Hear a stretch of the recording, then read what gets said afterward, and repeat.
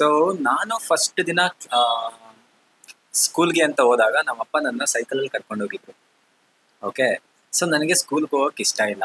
So ನಾನೇನ್ ಮಾಡಿದೆ ಅಂದ್ರೆ ಬೇಕು ಬೇಕು ಅಂತಾನೆ ನನ್ನ ಕಾಲ್ನ ತಗೊಂಡು ಸೈಕಲ್ ಚಕ್ರಿಗೆ ಸಿಗಿಸ್ಕೊಂಡ್ಬಿಟ್ಟಿದ್ದೆ. ಸೊ ಸಿಗಿಸ್ಕೊಂಡ್ಬಿಟ್ಟು ಜೋರಾಗಿ ಅಳ್ತಿದ್ದೆ.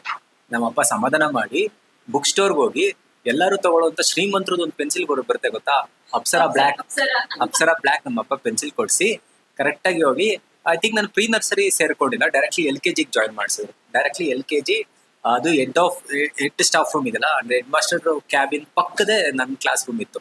ಸೊ ಕರ್ಕೊಂಡೋಗಿ ಒಳಗಡೆ ಬಿಟ್ಬಿಟ್ಟು ಬಂದ್ರು. ಈಗೆಲ್ಲ ಮಕ್ಕಳು ಸ್ಟಾರ್ಟಿಂಗ್ ಫ್ರಮ್ ಸ್ಲೇಟ್ ಅಲ್ಲ, ಬುಕ್ಕಿಂದ ಈಗೆಲ್ಲ ಸ್ಟಾರ್ಟ್ ಮಾಡ್ತಾರೆ. ನಮ್ಗೆ ಸ್ಲೇಟು ಮತ್ತೆ ಕಲ್ಲು ಬಳಪ ಅಂತ ಬರ್ತಿತ್ತು. ಅಂದ್ರೆ ಬಳಪದಲ್ಲಿ 2 ತರ ಬರ್ತಿತ್ತು. ಚಾಕ್ ಪೀಸ್ ಗೊತ್ತಲ್ಲ ಅದು, ಈಗ ಸಾಫ್ಟ್ ಆಗಿರೋದೊಂದಿದೆ ಚಾಕ್ ಪೀಸ್, ತುಂಬಾ ದಪ್ಪ ಬರುತ್ತೆ ಡಯ. ಇನ್ನೊಂದು ಕಲ್ದು ಚಾಕ್ ಪೀಸ್ ಬರ್ತಿತ್ತು, ಅದು ನಮ್ಗೆ ರೆಗ್ಯುಲರ್ ಆಗಿ ಯೂಸ್ ಮಾಡ್ತಾ ಇದ್ವಿ. ನಾವು ತಿಂದಿದೀವಿ, ಬಾಯಲ್ಲಿ ಮಾಡಿದೀವಿ. ಸೊ ಅದನ್ನ ಯೂಸ್ ಮಾಡ್ತಿದ್ದೆ. ಅದು ನಂಗೆ ಫಸ್ಟ್ ಸ್ಕೂಲ್ಗೆ ಹೋದಾಗ ಅದ್ ನೆನಪಿದೆ, ನಂಗೆ ಚೆನ್ನಾಗಿ ನೆನಪಿದೆ. ಅದಾದ್ಮೇಲೆ ನಾನು LKG, UKG, 1ನೇ ಕ್ಲಾಸ್ 2ನೇ ಕ್ಲಾಸ್ ಹೇಗೋಯ್ತು ಅಂದ್ರೆ ನಂಗೆ ಗೊತ್ತಾಗಲ್ಲ. ಐ ಥಿಂಕ್ ಮರ್ತೋಗ್ಬಿಟ್ಟಿದ್ದೀನಿ ನಾನು ಅದೆಲ್ಲ. ಬಟ್ ನಾನು 3ನೇ ಕ್ಲಾಸಲ್ಲೂ 4ನೇ ಕ್ಲಾಸಲ್ಲೂ ತುಂಬಾ ಜಾಸ್ತಿ ಮಾತಾಡ್ತೀನಿ ಅಂತ ಮೇಡಮ್ ಏನ್ ಮಾಡಿದ್ರು ಅಂದ್ರೆ ಹುಡುಗಿರ್ ಪಕ್ಕ ತಗೊಂಡೋಗಿ ಕೂರಿಸ್ಬಿಟ್ಟಿದ್ರು. ಕರೆಕ್ಟಾ? ಈ ಕಡೆ ಇಬ್ರು ಹುಡುಗಿರು, ಈ ಕಡೆ ಒಬ್ರು ಹುಡುಗರು, ಮಧ್ಯದಲ್ಲಿ ನಾನು. ಆಲ್ಮೋಸ್ಟ್ ಒಂದು 6 ತಿಂಗಳು ಹುಡುಗಿರ್ ಪಕ್ಕ ಕೂತ್ಕೊಂಡೇ ಕ್ಲಾಸ್ನ ತಗೊಂಡಿದ್ದೀನಿ. ಸೊ ಲೈಫ್ ಎಂಜಾಯ್ ಮಾಡೋ ಏಜ್ ಎಲ್ಲ ವಿಜಯ್. 3ನೇ ಕ್ಲಾಸ್ 4ನೇ ಕ್ಲಾಸಲ್ಲೆಲ್ಲ ನಮ್ಗೆ ಏನ್ ಗೊತ್ತಾಗ್ತಿತ್ತು. ಅಲ್ಲಿ ಬಿಡ್ತಿರ್ಲಿಲ್ಲ, ಏನೇ ಮಿಸ್ಟೇಕ್ ಮಾಡ್ರು ಆ ಕಡೆ ಬಿಡ್ತಿರ್ಲಿಲ್ಲ. ಅದು ಇನ್ನೊಂದು ಬಿಗ್ ಸ್ಟೋರಿ ಅದು. ಅವೆಲ್ಲ 8th 9th 10th enjoy I think ನಾನು ತುಂಬಾ ಜನದ ಸ್ಕೂಲ್ ಲೈಫ್ ನಾನು ನೋಡಿದೀನಿ ಅಲ್ಲ. ಸೊ ಕೇಳಿಸ್ಕೊಂಡಿದ್ದೀನಿ ಅವ್ರ ಸ್ಕೂಲ್ ಲೈಫ್ ಹೆಂಗೆ ಎಂಜಾಯ್ ಮಾಡಿದ್ರೆ ಅಂತ. ಐ ಥಿಂಕ್ ಎಲ್ಲರೂ ಹೇಳೋ ತರ ನಮ್ಮ ಸ್ಕೂಲ್ ಲೈಫ್ ದಿ ಬೆಸ್ಟ್ ಅಂತ ಹೇಳ್ಬೋದು, ಬೆಸ್ಟ್ ಅಂತ ಹೇಳ್ಬೋದು. ಅಷ್ಟು ಕೋರ್ ಲೆವೆಲ್ಗೆ ಎಂಜಾಯ್ ಮಾಡಿದೀವಿ. ಓಕೆನಾ?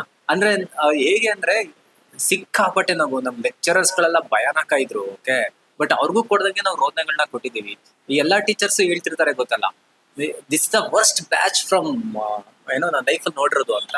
ಆತರ ತುಂಬಾ ಡೈಲಾಗು ನಮ್ಗೆ ಹೇಳಿದ್ದಾರೆ. ಬಟ್ ಅದು ಇನ್ನೊಂದು ಸ್ಟೋರಿಲಿ ಹೇಳ್ತೀನಿ. ಬಟ್ ನನಗೆ ಚೈಲ್ಡ್ಹುಡ್ ಅಲ್ಲಿ ಇನ್ನೊಂದು ಜ್ಞಾಪನಕ್ಕೆ ಆಗ್ತಿರೋದು ಅಂದ್ರೆ ಭೂಕಂಪ ಆಗಿತ್ತು, ಅರ್ಥ್ಕ್ವೇಕ್.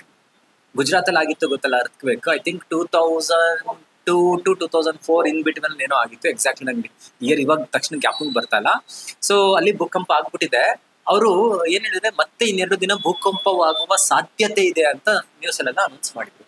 ಸೊ ಸ್ಕೂಲಲ್ಲೆಲ್ಲ ಏನ್ ಮಾಡಿದ್ರು ಅಂದ್ರೆ ಡೆಮೋ ಟ್ರಯಲ್ ಗೊತ್ತಲ್ಲ, ಸಡನ್ ಆಗಿ ಭೂಕಂಪ ಆದ್ರೆ ಏನ್ ಮಾಡ್ಬೇಕು ಅಂತ ಡೆಮೋ ಮಾಡ್ತಾರೆ ಗೊತ್ತಲ್ವಾ, ಏನಂತಾರೆ ಇವಾಗ ಡ್ರಿಲ್ಲಿಂಗ್ ಅಂತಲ್ವಾ. ಸೊ ಅವಾಗ ಏನ್ ಮಾಡಿದ್ರು ಅಂದ್ರೆ ಹೇಳಿದ್ರು ಮುಂದಿನ ಅದೇನೋ 10:00 ಬೆಂಗಳೂರಲ್ಲಿ ಭೂಕಂಪವಾಗುವ ಸಂಭವವಿದೆ ಅಂತ.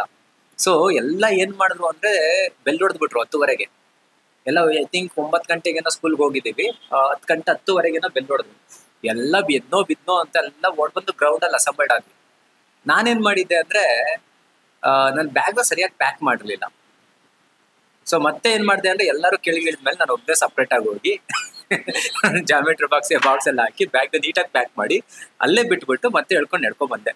PT ಮಾಸ್ಟರ್ ಪೈಡನಾಗ ಹೊಂದ್ಕೊಟ್ಟಿದ್ರು. ನಾವೆಲ್ಲ ಇಲ್ಲಿ ನಿಂತಿದೀವಿ, ಇನ್ನೊಬ್ಬ ಹೋಗಿದ್ದಾನೆ ಹಂಗೆ ಹಿಂಗೆ ಅಂತ.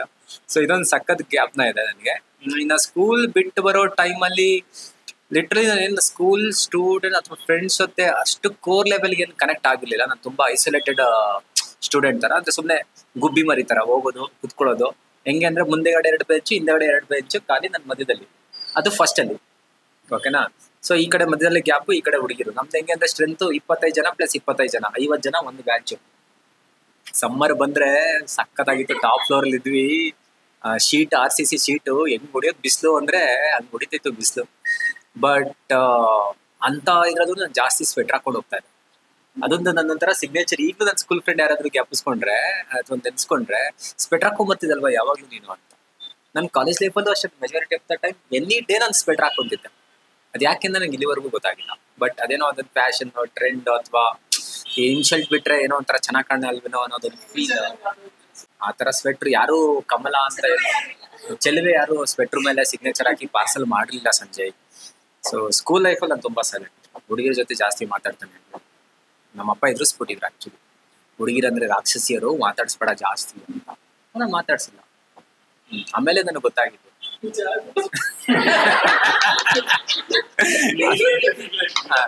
ಆಮೇಲೆ ಗೊತ್ತಾಯ್ತು ನಮ್ಮಪ್ಪ ಹೇಳಿದ್ದು ನಿಜ. ಅಂತ ನನಗೆ ಲೇಟ್ ರಿಯಲೈಸೇಷನ್ ಆಯ್ತು.